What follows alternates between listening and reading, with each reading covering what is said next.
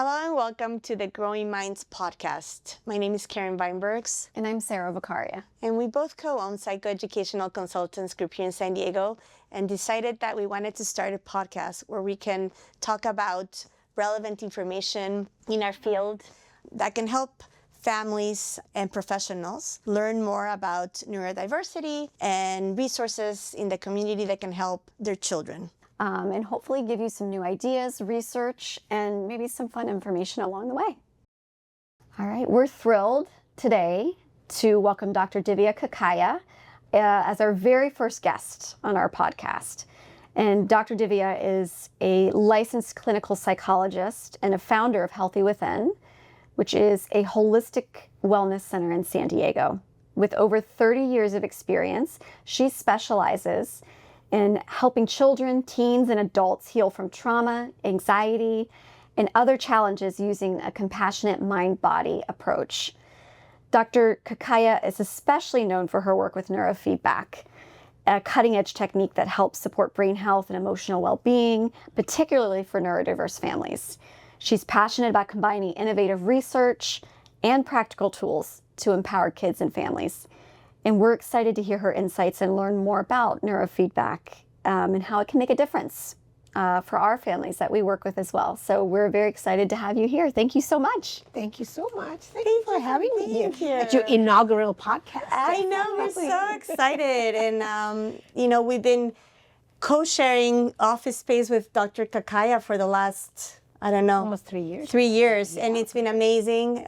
Sarah and I have learned a lot from Dr. Kakaiya. We've learned a lot from what neurofeedback is, and we are very excited for you to share what you do and a little bit about yourself.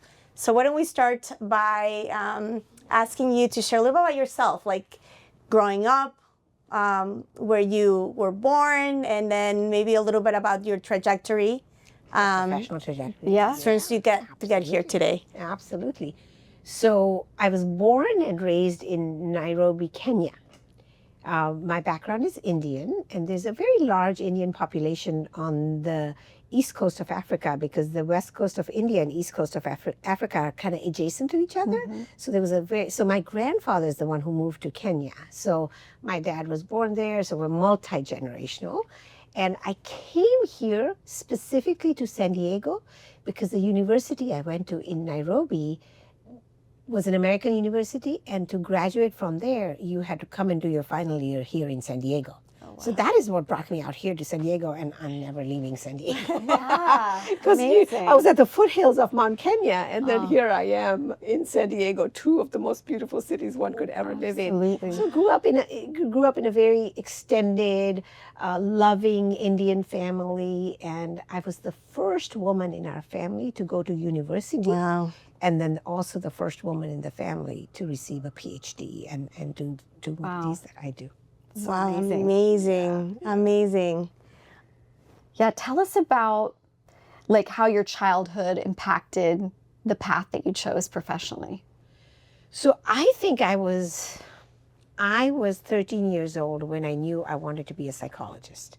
Very clear. Mm-hmm. Wow. I was very academically driven, so I'm the youngest of 7, and very, Indian families really value education. So my mom actually lived away from my dad in the city because we were born in the town. She lived in the city, so a whole bunch of us could go to school together. And I ended up being one of the kids who just was very bright, and I picked up on a lot of things, but I had a cousin who was a really sweet mentor for me in many ways, in that he knew what I wanted to do, and what he'd do is he'd go to the Nairobi library and bring all these books about psychology and bring them to me. And obviously I used to go to the library and get those too, but I knew at a very young age, I also knew at a very young age that I did not want to go into psychiatry. Because when I was applying for universities, I was able to apply to some universities in England as well. And I got in for medical school in psychiatry, and I did not want to do that because from day one, I was very clear about the fact that I wanted to do integrative. And traditional Indian medicine is very nature oriented, and you do Yes. a lot of plant-based treatments and everything. So even, for example, if we got a cut anywhere, my mom would put turmeric on that cut. You know, because turmeric is an antibiotic, it's an antiviral, it's antibacterial, it's anti-inflammatory. So when you think about those kinds of things, those roots for what I do in an integrative way actually came from my origin story of, you know, how we did things. So I knew I didn't want to be doling out prescriptions and having all these 90 million side effects that our patients tend to have when they're on medications. That is so valuable that you have that like background and that you're able to integrate it to what you do today. Yeah, absolutely. It's like very organic, and Yes. it's just how I've always done things. And even with my children, when they were growing up, I lean more towards doing some of those kinds of things that would be available through, you know, the Indian grocery stores or different things like that. Yeah. That's wonderful. So after you came here and you graduated from school, what was your path to where you are today? So it's so your interesting. You know, feedback. our patients bring us to where we are. It's true. They really do. Yeah. Yes. If we are alive and we're present and we are here with them, they really do. They really do. So my patients have been some of my biggest teachers. And my children. Our children are our biggest teachers. Absolutely. I was just going to say that too. Yeah. Yes. And our children, right? Yeah. So I had been in my PhD program, and you know, you have your practicums that you do and everything. So I was working actually part-time in a short-term psychiatric facility where there was a patient there who had addiction as well as mood disorders. And because the facility did not treat addictions, you couldn't really address the addiction. And she had been at our facility for 2 weeks and had left, and about a month later came and parked her car about a mile away from where we were and drank a 6-pack and killed herself. She left me a note. I was the only person she left a note. Wow. Oh my goodness. That note was so powerful because what it did is she reminded me as to why I went into the field, and that the kind of compassion and love that she had experienced from me, which, you know, in our field, we don't talk about love and we don't talk about like being real with your patients and everything like that. And I knew at that point that I wanted to learn more about addictions. I'm like, okay, what was the missing link for me? Because as clinicians, anytime you're working with a patient and there's something that we have missed, we know that there is an area, a body of work that we need to be able to do there and learn from it and be better, do better service for our patients. So I went into addictions, and turned out that there was an eating disorder facility in town that was hiring clinicians. And so I worked in the field of eating disorders for 25 years. So that is a lot of what I did before I came into neurofeedback. So working with eating disorders was because these are brain conditions. Eating disorders are very much brain conditions. And the knowledge I have now, I wish I could apply that knowledge back there to what I was doing with my patients earlier in my career with eating disorders. Yeah, I was going to say, how did eating disorders lead you to neurofeedback? I mean, what was the connection, I guess, there? You know, eating disorders did not lead me to neurofeedback. What led me to neurofeedback was my son. Yeah. His inattentive ADD. I knew from the minute we were in first grade, and we would be, because I was helping out in his class, right? And the teacher would have given instructions for everybody as to what the next thing they're supposed to do. And this adorable son of mine listens to the instructions. Everybody's starting to settle in. And then he's sitting at the table, because these are processing issues, right? He's sitting at the table, and then he picks up a pencil, and then he's going to walk through practically the entire class to go to the sharpener on the other end of the room, disrupting the whole class in a very sweet, charming way. Right. So I knew, I was watching that brain every time I was helping out in the classroom. I'm like, okay, this guy is going to give me a run for my money. I'm going to get a run for my money. And he was, and I wanted to hold off. I did not want to put him on any medications. Clearly, I Yeah. wanted to do all the things, and there were a lot of integrative things like exercise, and we did a whole bunch of different things. And I was not introduced to micronutrients back then as I am now, because so when he came into his 6th grade is when I could see it affecting him more. Yeah. Fifth, 6th grade is when I started to see how it was impairing his brain and his academic work and his learning capacities and a whole bunch of different things. And at the time is when I was working on a postdoctoral degree that's a Master of Science in Psychopharmacology. So it's almost synergistic. You know, God just kind of brings some Yes, things in our way. My son is pre-puberty. I'm finishing this postdoc program where I'm being trained to prescribe one medication after another. Yeah. And before you know it, I would have a cocktail going for a patient, you know, a cocktail of 5 or 6 different medications. And so I had gone to, I distinctly remember, it was one of those Betty Ford lunches, you know, when they have professionals that they have. And one of my colleagues was raving about neurofeedback. So she was just going on and on about neurofeedback. I'm like, oh, what is this? You know, tell me about it. So I took my son to her for a whole year before I introduced it into my clinic, my eating disorder clinic. And so then the patients that I had in the clinic who were receiving the neurofeedback compared to the ones who were not, the ones who were getting the neurofeedback were getting better faster because I was getting to the underlying brain issues. Right. Right. Because I mean, the brain is at the bottom of all the functioning of all of us. So if the brain is more regulated, then everything else is going to get more regulated. Of course. And I see that as like a bridge, right? It's a like bridge. you're Oh, building a yes. bridge so that that person can access the Exactly. therapeutic supports. That's right. Yeah. That's right. Yeah. And a lot of my patients will tell me, they'll say that, Dr. K, after I've done the neurofeedback, I'm doing different work in my psychotherapy now. Yeah. Because it is.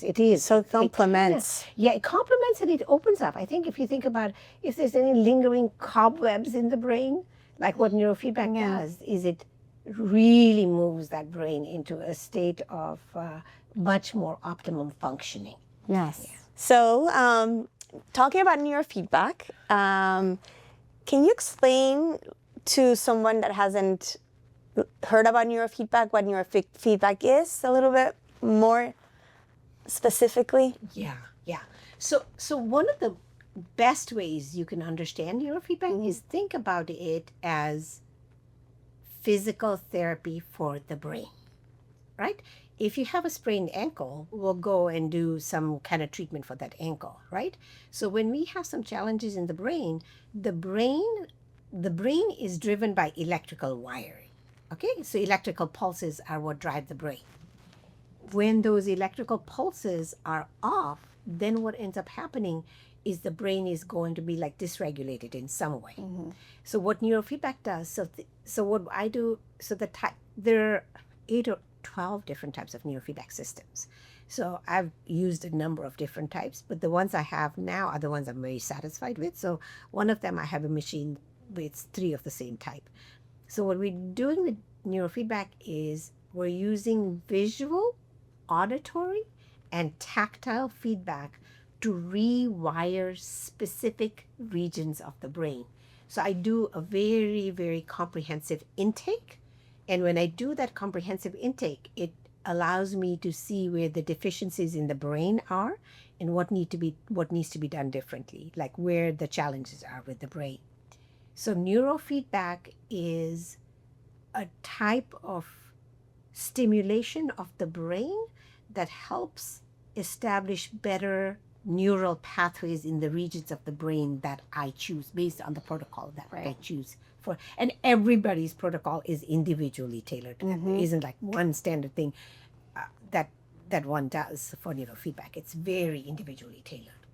Can you give us some examples of some conditions or disabilities that people come to see you for? Yeah. So anything related to the brain. So think about that, okay? It could be anything related to the brain. So when it comes to children and adolescents, I treat a lot of kiddos with ADHD, with learning disabilities, with emotion dysregulation, like trauma. You know, children who've had trauma and they could look like ODD and they could look like all kinds of all sorts of conditions, attachment trauma, kids who have struggled with people that are on the spectrum. I treat a lot of kiddos that are on the spectrum because, again, all of that is so the brain has different types of brain waves. So you have delta, you have theta, you have alpha, you have beta, you have high beta, and you have gamma. So this is your slower brainwave activity, and then the high beta is the fastest brainwave activity. So different regions of the brain oscillate in different frequencies. If any of those frequencies are awry, that's what's going to create ADHD. That's what's going to create a learning disability. That's what's going to create oppositional defiant stuff or insomnia. I treated a lot of people with Parkinson's and migraines, seizures. So literally anything that's going on in the brain, we treat with neurofeedback. Pretty much treat anything. Yeah, that's amazing. And then what about, like, how does that differ from cognitive behavior therapy or medication and how that impacts the brain? So share with us a little bit of a difference in what neurofeedback does versus... So the best part about neurofeedback is people don't have to do any talk therapy with it. People love it. Yeah. I kind of love it too because I did 35 years of talk therapy. Yeah. I'm like, I play with the brain. I get to play with the brain. It's just so exciting to do that. Yeah. But there is no psychotherapy of any sort involved with neurofeedback. It's very important people understand that because I am working with the brain. I do a very comprehensive assessment. I can also do what we call a brain mapping, which is very detailed and very thorough and very meticulous. So I do the brain mapping, I do the assessment that gives me an idea of what I'm going to work on.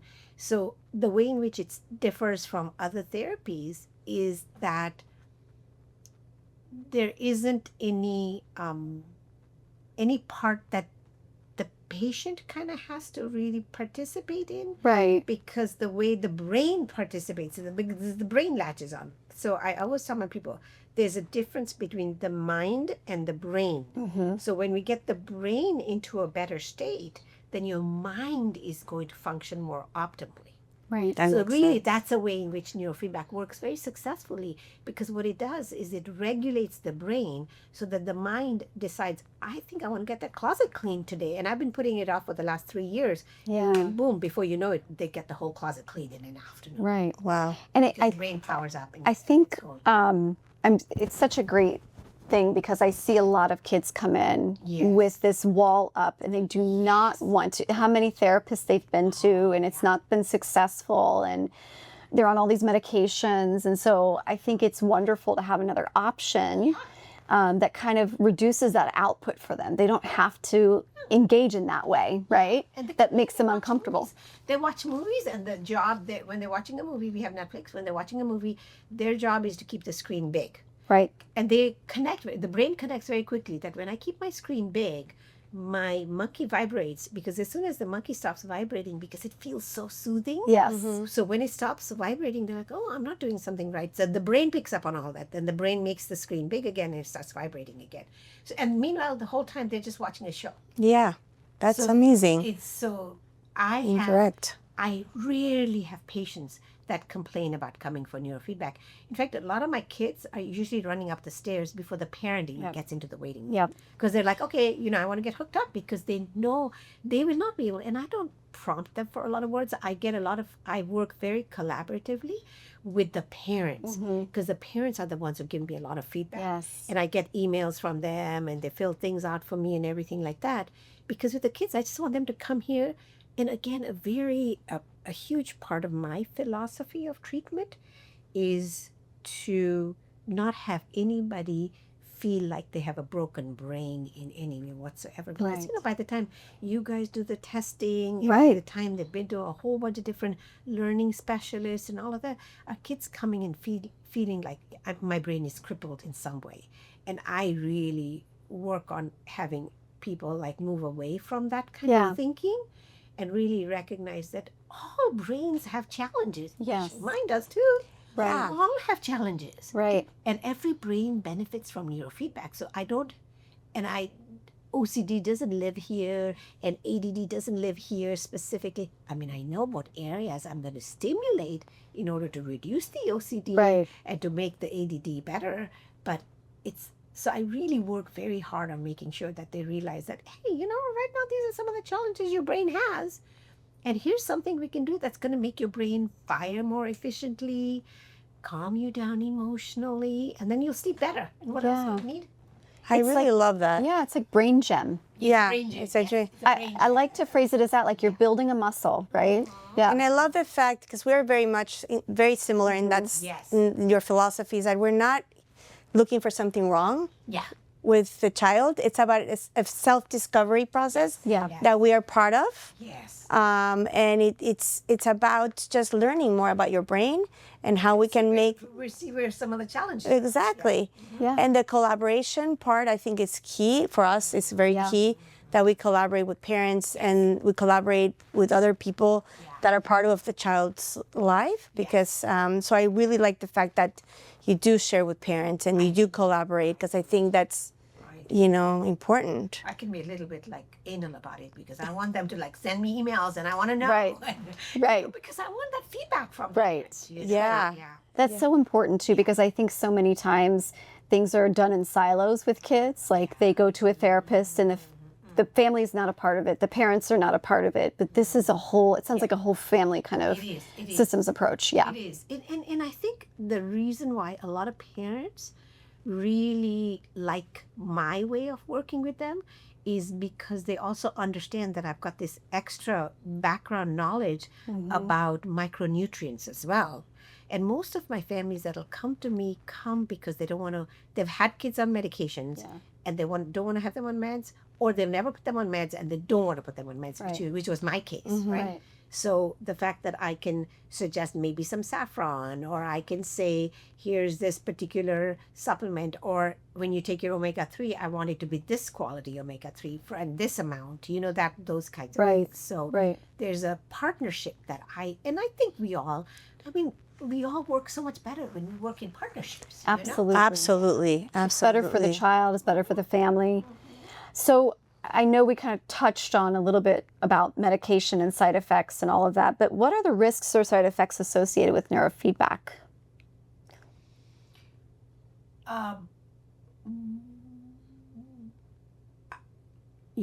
going to go into a world that's like a huge pet peeve of mine. Okay. There are some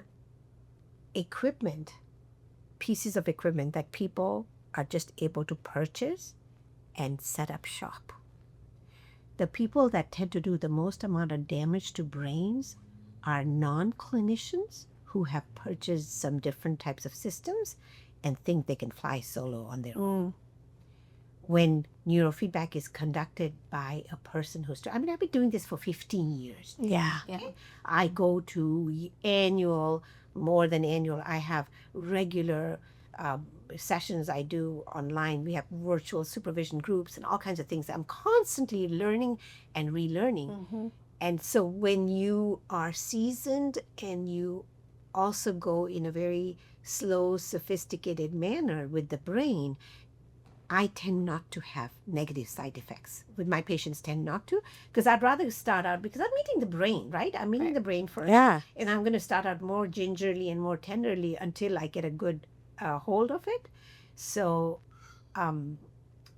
the worst side effect that my patients have experienced occasionally will be like a headache. Yeah. Or they'll feel like there's a little throbbing, because it's the brain gym. Right. And I let them know. I said, if you experience a little bit of a headache, just know, and typically if they have that, it's usually only like in the first 3 to 4 sessions. Okay. And then the brain kind of gets used to this. Right.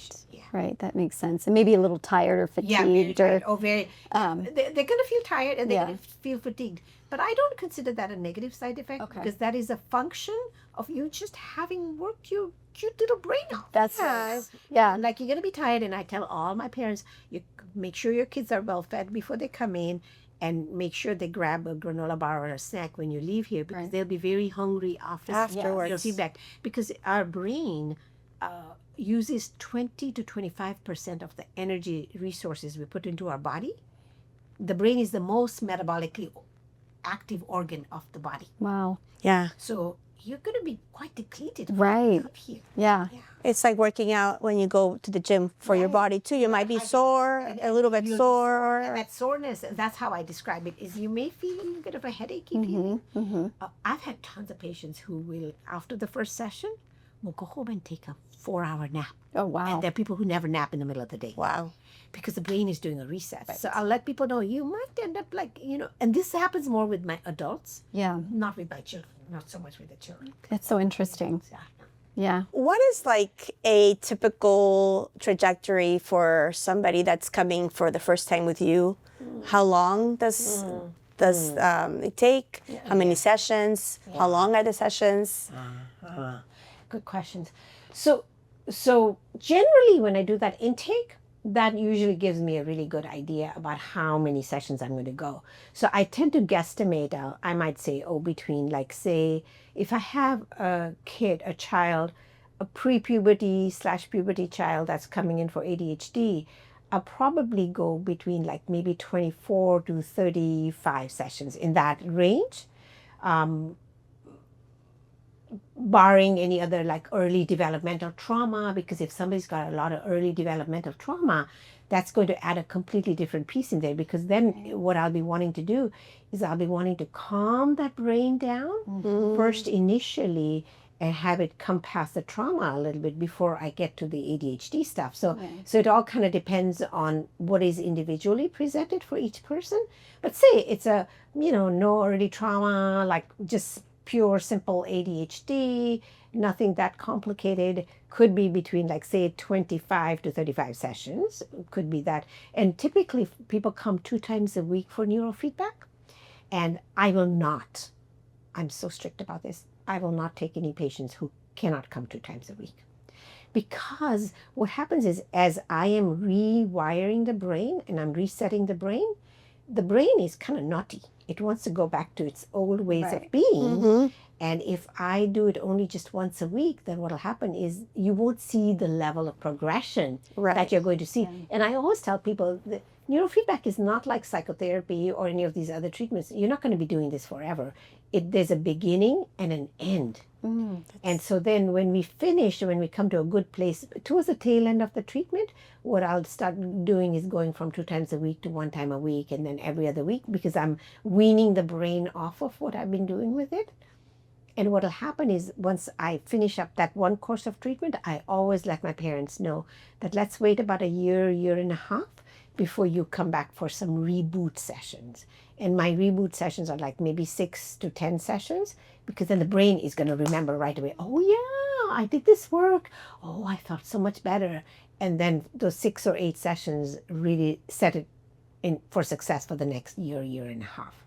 So what my ideal patient would be somebody who comes, say, around puberty or pre-puberty. They come, they do that first initial course of treatment, then we do some of those reboots, and then usually what they'll do is right before they go off to college, that summer before they head off to college is when they'll do like 5 or 6 sessions before they head off. And then the next time I'll probably see them is either the following summer or maybe when they come home for Christmas or something like that. Yeah, that makes sense. It's kind of like, learning how to swim. You're not going to learn how to swim once a month or once a week. Yes. The more you learn, the more you're going to practice. Right. Yes. Yeah. So, and what does a session look like once they come in? Yeah. So I've got a very comfortable chair. So the patients will sit on the chair. I get them comfortable. Their feet are up on a footstool. And then what I'll do is I'll hook up. So I have my grounds, that there's a ground that's here, and then there's another ground that'll be here. And then I have 2 active leads. So when I say active lead, in the machine, there's no direct stimulation that's being given to the brain. I'm not stimming the brain. Okay. What I'm doing when I place the sensor is I'm reading the EEG signal from that, and it feeds it into my machine. And then I have certain frequencies that I'm working with, and I'm stimulating the brain based on what I'm doing on my end. So once they sit down, they get comfortable. I might put a blankie on them. I want them to be cozy and feel safe and feel comfortable. and then I'll start the treatment, meaning the movie is turned on, and then as soon as the movie is turned on, when their brain latches on, the screen gets big, and then right then the monkey starts to vibrate. And so they're off and running with their session. Now I'm sitting across the way. I'm observing them. I'm checking in with them. I'm seeing how they're feeling, and I'm looking at the EEG. So that is where I make some adjustments as the session is going, when I'm doing the training for the ADHD. My first, like say if I'm training a kiddo that's on the spectrum, my first 6 to 8 sessions with that child, when I'm doing what I call my 2-channel training, I am very present in the room, because those first few sessions are when I get an idea as to what the brain is feeling with what I'm doing. Right. So my system asks me to go in a certain direction. If I go in that certain direction too fast, I can easily dysregulate the brain. Yeah. So my first few sessions, I'm very careful, meticulous, I'm watching. But again, my big part is I'm also checking in with the parents. I'll send them an email the next day and say, how was he or she after the session? And the most optimum effect of neurofeedback is felt 12 to 24 hours after the treatment. So they could be reporting something to me in the session, but the most optimum is 12 to 24 hours. So that's when I want to know more how they're feeling. So really, they come in, they settle down into a comfy chair, they've got the teddy bear on their lap, they might have a blankie on them, and they're watching the show. And then I have a certain number of minutes in each spot, and then I switch them out to the next spot, and I switch them out. So typically in a session, I might have 3 to 4 different regions of the brain that I'll be going to. So just to recap, you're not directly stimulating the brain. You're using whatever you're doing on the screen. Auditory, tactile, and visual to stimulate the brain. That makes total sense. Absolutely. Yeah, I'm not putting any electrical pulse into the brain. Yeah. Right. I think that's important. really So that's important non-invasive. So it's non-invasive. Right. Very important to point that out. Absolutely. Yeah, because from an outsider's perspective, you see all these things, you don't know. Or they think, oh, am I getting an electric shock? Because a lot of people worry about that. Like, are you going to be shocking my brain? I'm like, no. I'm just reading what your brain tells me. And then I've got a few little things I do over here. And then I get your brain into a better place. So you're watching how the brain's reacting. Yeah, how the brain and you're is making reacting. adjustments. I'm making adjustments along the way based on the feedback I get from the parents. Right. So nice. So nice. Amazing. Amazing. And how do you determine, whether kids are progressing, the protocol that you're going to use with them? How do you determine that? So it's, again, because this feedback that I have is very symptom-based. So I want to know from family members, and I want to know from the kids. So for example, I have a patient that's hooked up right now where there are processing speed is it's like a big issue for him. So he's only had 9 sessions so far. And he's already feeling, this is a young man who's 24, 25. And he's already feeling he's like, Dr. K, I can feel how I'm processing much more faster now. And there's specific regions of the brain that all of the work I'm doing with him is bipolar. So sometimes some people I work with one side of the brain, with others I'll go to the left front of the brain. It all depends on what the symptoms are that I'm trying to treat based on what I'll be doing. But definitely what I'll be doing is really working very much from a symptom-based perspective. And that's where my checking in with the parents makes a big difference for me, because then I know, oh, is he still being very clingy, or is he being less clingy? Right. Is he getting faster in the length of time he's taking to finish up his homework? That used to be the thing with my son. Yeah. I mean, the teachers would say, oh, this homework should only take 40 to 45 minutes. An hour and a half, 2 hours later, we're still sitting there and ripping my hair apart, and the homework is still not done. And that is amazing, the processing speed, because, out of all the different areas of processing, that is typically the one that's the hardest to be able to move, right? Yeah. So to know that neurofeedback can help with that is huge. Yeah. So when I do the brain mapping, I have, there's an analysis, there's a page that gives me the analysis of what we call alpha peak frequency. Now I'm getting a bit technical. It's here. okay. Alpha peak frequency, that is the rate of processing speed of the brain. And then when I do the post mapping, you'll see it could go from 7.98 to 8.25, or it might even jump up to 9.5, because good processing speeds for alpha peak frequency are between 9.5 and 12.5. So I want to get my kid into that region as much as I can. So you actually have very measurable Goals that you can see. Yes. But it's also those observable behaviors that you want to see it. So you want to see it generalized, right? Yes. Yeah. I want to see it generalized, and that's why repetition is very important. Yeah. That's why I have people come 2 times a week. That's why that ongoing reinforcement is very important, because if I have a lot of excess alpha and excess theta in the brain, that really affects the processing speed. Yeah. So my goal is, when I'm looking at it and I'm like, oh God, there's still a ton of alpha going on in the brain over there, then I'm going to change my frequencies around to make sure I reduce the amount of alpha. Yeah, and that so interesting. excess alpha can present itself as daydreamy, spacey, kind of like out of it. Okay, that's so interesting. It is so interesting. Can you share a story of like one of your patients that that a very success story? Yeah, I have so many. You have, I'm sure you See, do. the reason why I love what I do now compared to what I used to do before is because there is literally so much movement that happens in the brain, no matter what I'm dealing with. I mean, everybody has improvement, yeah? So one kid I'm thinking about in particular was a severely premature baby. So, I mean, he came into this world pretty impaired from the get-go, right? So everything that you can think about with ADHD, processing speed, learning issues, everything was pretty much there, right? I think he's been coming, I want to say he loves to come for neurofeedback. He's been coming probably about 1.5 years now.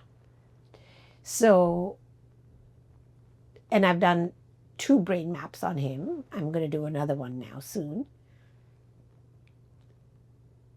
Parents are blown away because, and I see it, I mean, he's sharper, he's like present, because before that he was flat and, everything was like, and he's in 11th grade now. And he's just like, the fact that his brain is receiving this gift of stimulation, because his brain came to this earth very impaired, right? Yeah, right. Because it didn't get enough time to cook in here. That last month is when so much of our nervous system is coming online. Right.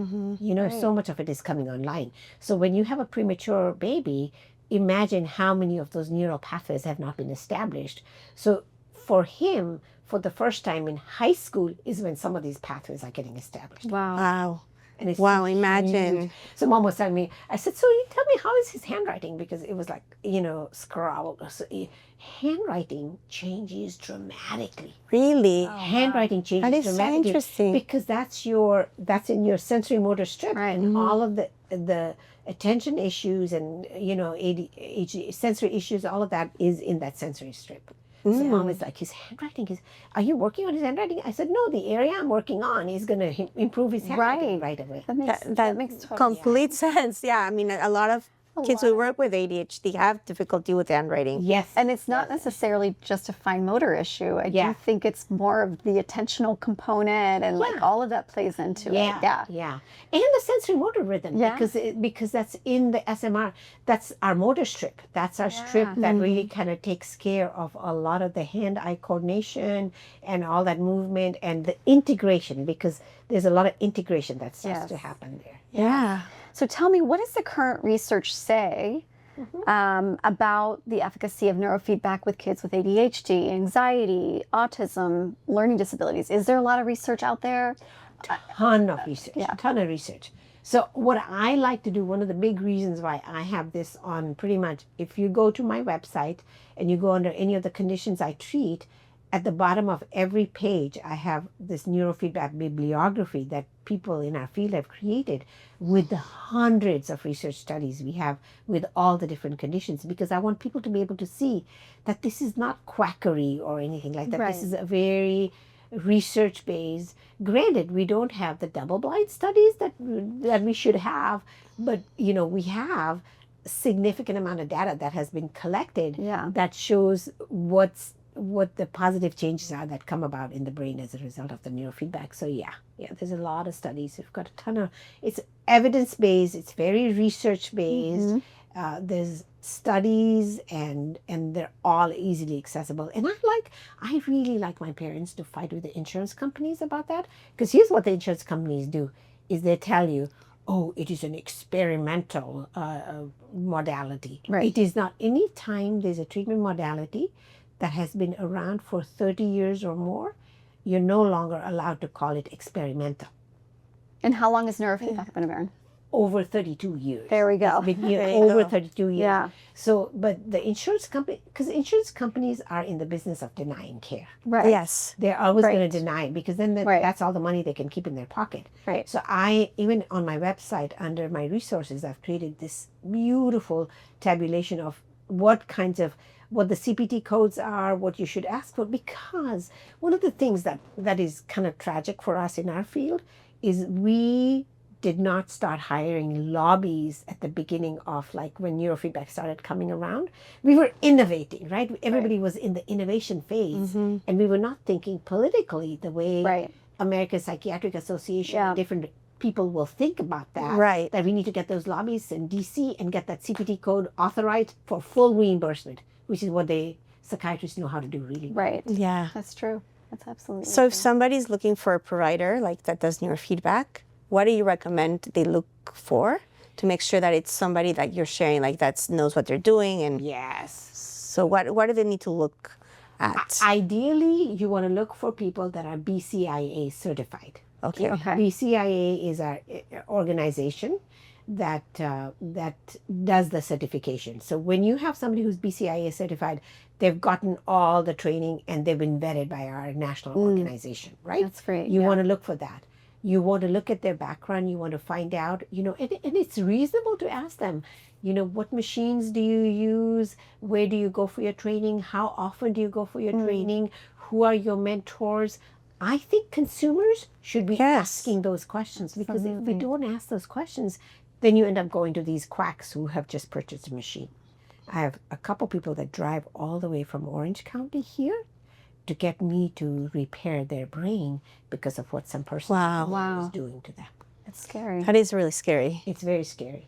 That's in our field. All of us are really aware that there are people who do that, and we all try to be as conscientious about that as we can, because you want somebody with credentials. Absolutely. Somebody who's a licensed clinician. Anybody that you go to for neurofeedback should be a licensed MFD, licensed psychologist, licensed LCSW. They need to be licensed, period. Yes. So how do you collaborate with other professionals that, kids and adolescents are working with? Because typically there's a team that follows a child. Absolutely. Absolutely. I love being a member of that team. That's my jam. I love being a member of the team because I'm going to be working on one component of it. And I have actually a lot of psychotherapists who refer patients to me. And they refer the patients to me because they know that they're doing some work with that patient of theirs, but that there's a certain blockage that's occurred over here, and they know what neurofeedback is going to do for that patient. And a lot of times, some of these clinicians who refer to me, they're like, okay, Divya, we've done so much work over here, but when you do the neurofeedback, I just feel like that work is going to get so much better integrated for my patient, right? And I love doing that kind of work. And because I don't do any psychotherapy, I'm actually not a threat to a lot of psychotherapists, because I just work with the brain. I'm like, give me the brain, I'll work with the brain. I don't need to touch any of that other stuff that you're doing. But with children, what I find is that whether it's their psychiatrist or, because what's going to happen, here's the thing that's going to happen, is after I get about 12 to 16 sessions in, I will need to talk with a psychiatrist. And the reason I'll need to talk to the psychiatrist is because they're going to have to go down on the medication. Right. Because the brain is going to be working so much better that whoever the co-treating clinicians are will have to be aware that there are some changes that are going to be happening with this brain, and they need to adjust accordingly. Absolutely. So whether it's an occupation, and I have a ton of OTs Yes. who have told me that, Divya, after they started working with you, whatever I'd been doing with them beforehand got completely accelerated, because what did I do? I came in there and I made the brain pliable Yes. and neuroplastic so that the brain could actually dive into the work that the OT is trying to do Yeah. or the speech therapist might be trying to do. So I work very collaboratively with all different disciplines because, I mean, the brain is going to respond so much better to all of these other treatments Right. because of what I do in creating that neuroplasticity in the brain. So it's a nice complement. I am Right, very to other therapeutic yes, approaches. yeah, absolutely. It doesn't have to be instead of, it's usually with with alongside. Yeah. And those people tend to do the best. And I work very closely with an acupuncturist, for example. Okay, because what will happen is I'll have like say I might have like a 13-year-old female who is extremely emotionally dysregulated for whatever reason, right? And she's just kind of gone through pre-puberty, may have started her period, and I could come in there and do a lot of brain stabilization, so all the meltdowns have stopped, like the meltdowns have completely reduced. But what I find is that once a month there's like a little episode she'll have. This is like after I might have done 6 or 7 months of training with her. Then what I'll find is if this is showing up once a month and it's showing up at this specific time, then what that tells me is it's very hormonally driven. Right. Okay. Right. So if it's something that's hormonally driven, I'm going to send them to Yvonne, because then what Yvonne will do is she'll do some acupuncture with them and initially, but then she keeps it to where she'll only see them once a month about the week prior to the period coming onset. So then we go 3, 4, 5, 6 months without any meltdowns. Yes. Because she's gone in there and done the hormonal piece Supported the hormonal in piece, a yeah. more regulated, right? Because I'll have a lot of parents that will be like, oh, Dr. K, do we need to start putting her on the pill now? And do we need to do that? And I'm like, no, we don't need to do that. Here's another option.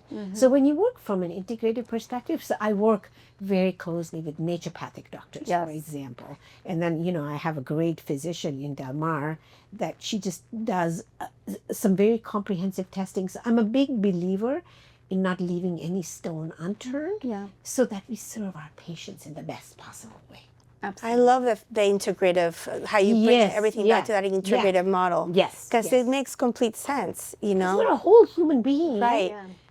I'm not like, you know, most psychiatrists or doctors will be like, okay, I'm the nephrologist, so I just work with the kidney, and I'm the this, so I just work with the this, you know. I really believe in that holistic, Yeah. integrative, whole person, the whole system, because the children do so much better Right. when all of us are in it together. Exactly. Yeah. And the fact also that you shared that they can be in medication when they come to you. Yeah. And then slowly Wean off wean of them it. out. And then so I that's have- important for parents to know that if they're in medication, they can still come to They you. can still come to me. Oh, Yes. absolutely. When they're on meds, they can still come to me. And then there are some patients, I'll tell the parents, you need to keep them on these meds. So I'm not Yeah. anti-medication. Yeah. I am not anti-medication.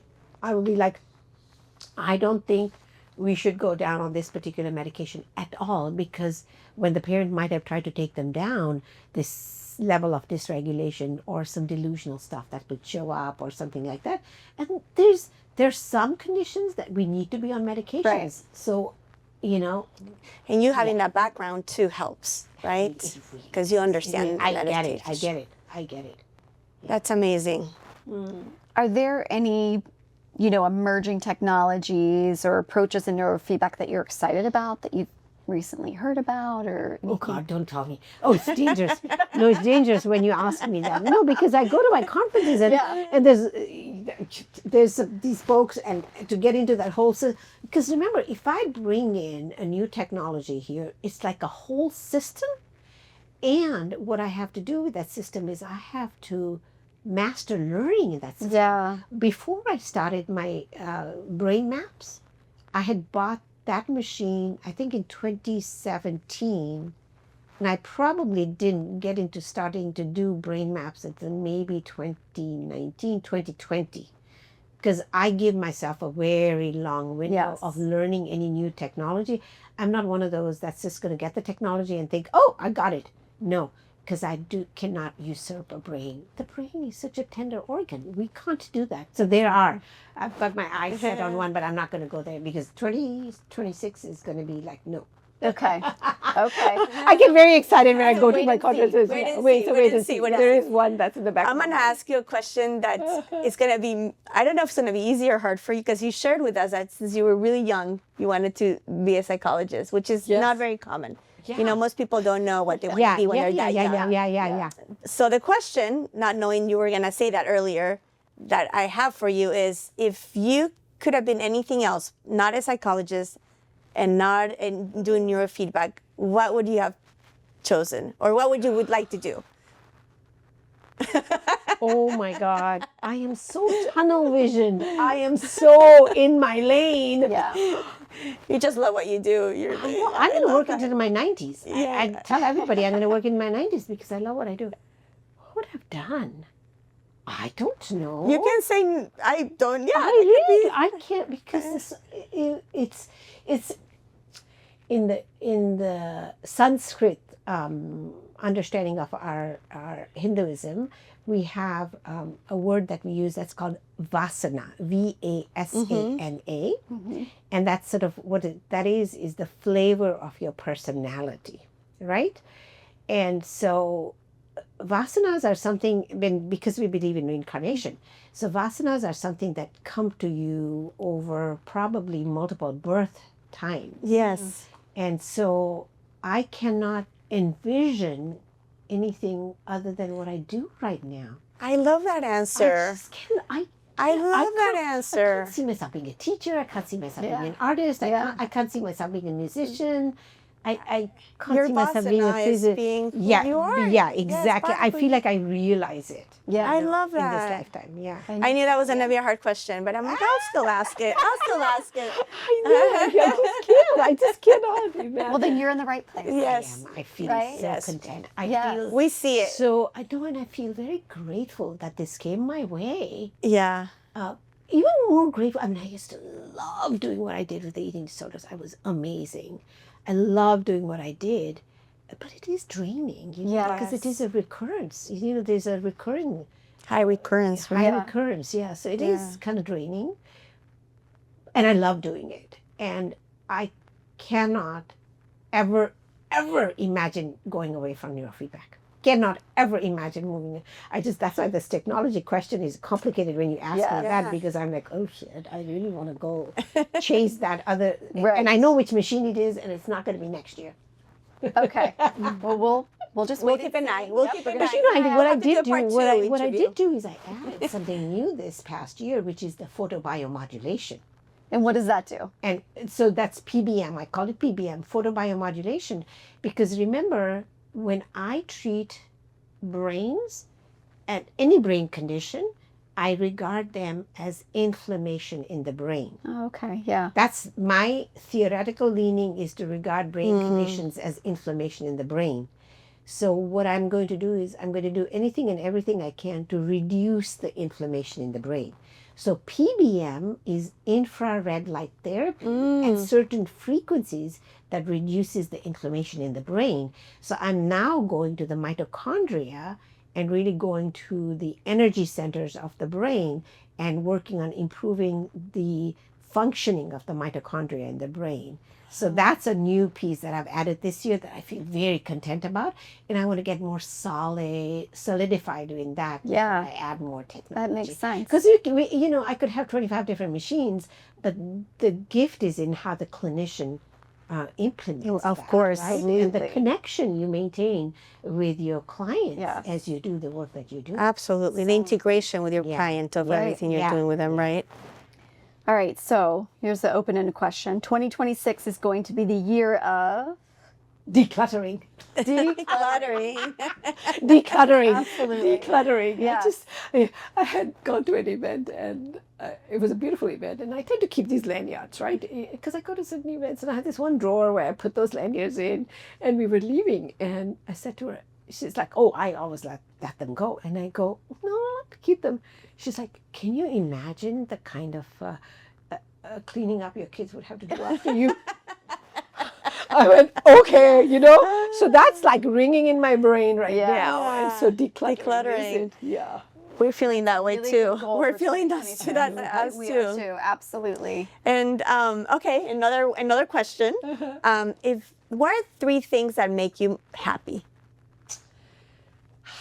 My children. Yes. My children. My staff. You know, my team, because I could not do everything I do without having Yeah. rock hard, solid people that Right. just, because you know, I'm very meticulous and I'm very a perfectionist when it comes to my science and what I do here. And I think just contentment. I have a lot of joy and contentment, and I'm just very happy today in whatever shows up for me in my life. And I think those are like my big 3 things. That's contentment. I'm grateful. I live in a state of gratitude. I mean, I think Love you guys that. know Yes, that. I mean, yes, we we see hang out that. with each other. I mean, you Yes, sort of see that because Yes. I just there's always more, and there's always, you know, and being those academically driven people that we are, I'm always thinking, okay, when I turn 70, what am I going to do? Which degree do I want to go after? I might go to Oxford and do something there or whatever. But I think that contentment is what grounds me, and gratitude is what grounds me. And I think feeling very grateful for the trust that my patients bestow upon me. Yeah. Yes. You know, when our clients that we work with, right? When your families come in, when you've done the testing with them, when you're giving them all that information, because it's a lot that you give them. right. They have to digest it, and then, you know, just that relationship we create and that sense of like feeling taken care of that they feel by us. Yeah. I think that is a very gratifying feeling. I think that is so gratifying when you see the family that's like, you know, the answers, the light bulbs are turning on, the answers are coming to them, things are moving in the right direction. Yes. And you know, you've created a good team of colleagues and professionals who you can refer out to that can do some taking that child to that next stage based on what it is you create for them. So if you were to recommend a book that you read this year, a recent book, what book would you recommend? So the one that I am enamored with is Dr. Eric Topol's book. It's called Super Agers. And I love that book. Well, I mean, for teen brains, I really like the anxious generation. Yes. Every parent that's around me, I'm having them. Us too. And then there's one on anti-tech. I'm teaching a lot of my families to go away from tech. So those, when I'm working with adolescents and teens, those are my 2 favorite books I'm really into right now. But the Super Agers, the reason why I really like that book is because, you know, Dr. Eric Topol, he's here at UCSD. He really gets into all of the things that we need to do, including he talks about the blue zones as well. Yeah. He goes into all the research that allows us to keep our brains sharp as we age. And there's so much that he talks about. And I think particularly the way he talks about the GLP-1s, I really like that because those medications have been phenomenal in terms of so many areas that they've really created health for a lot of my patients. And I think that it's very important that as health practitioners that we recognize that there's a lot that we can do. So remember how with the PBM I was talking about the mitochondria? Yes. Okay. So what the GLP-1s are doing is they're actually going to the mitochondrial function of the entire body and improving our metabolic elasticity. So you know how I work with the brain and I'm creating that elasticity in the brain? What the GLP-1s are doing is they're creating metabolic elasticity. And what we know, you know, Alzheimer's, dementia, cognitive decline, all of those are actually emerging from metabolic conditions. Right. So what the GLP-1s are doing is they are actually improving those metabolic disorders. And therefore, I think if our country is able to continue to remain very appropriately attached to using them in the right way, I think in about 15 to 20 years, we should start to see a decline in Alzheimer's. We should start to see a decline in cognitive issues. I think It's so gonna be huge. interesting, So you it's know? a fantastic book. I love that. how all this Yeah. is coming out, right? Like, Yeah. you know, with it's been, the GLP-1s have been so popular. You know, you hear 'em- Yeah, you more hear all this this year, about, yeah. you know, losing weight and diabetes, but like there's other, Oh, so many cardiovascular other health. Yes. Because again, the reason why it's impacting so many other, so much functioning of the body is because it's going to the energy cell of the body. So Yes, that is that the makes reason total why sense, yeah. you feel so much better. You have energy, Yeah. you sleep better, your whole body functions that much more effectively. Yeah. You sleep better, that's huge. You know, because for the brain also, you know, the sleeping. That's so fascinating. Yeah. We'll have to check that book out. Yeah. It's a really good but book. we'll It's a add that really to our good book. list. It's a really good book. It's a good book. And then the last question we have for you is, if you were to reflect back on your younger self, what advice would you give yourself? At a younger Dr. Kakai, Yeah. 18 years old. Oh, 18 years Yes. old. Oh, 18 years Yeah, old. around that time, 19, 18, before.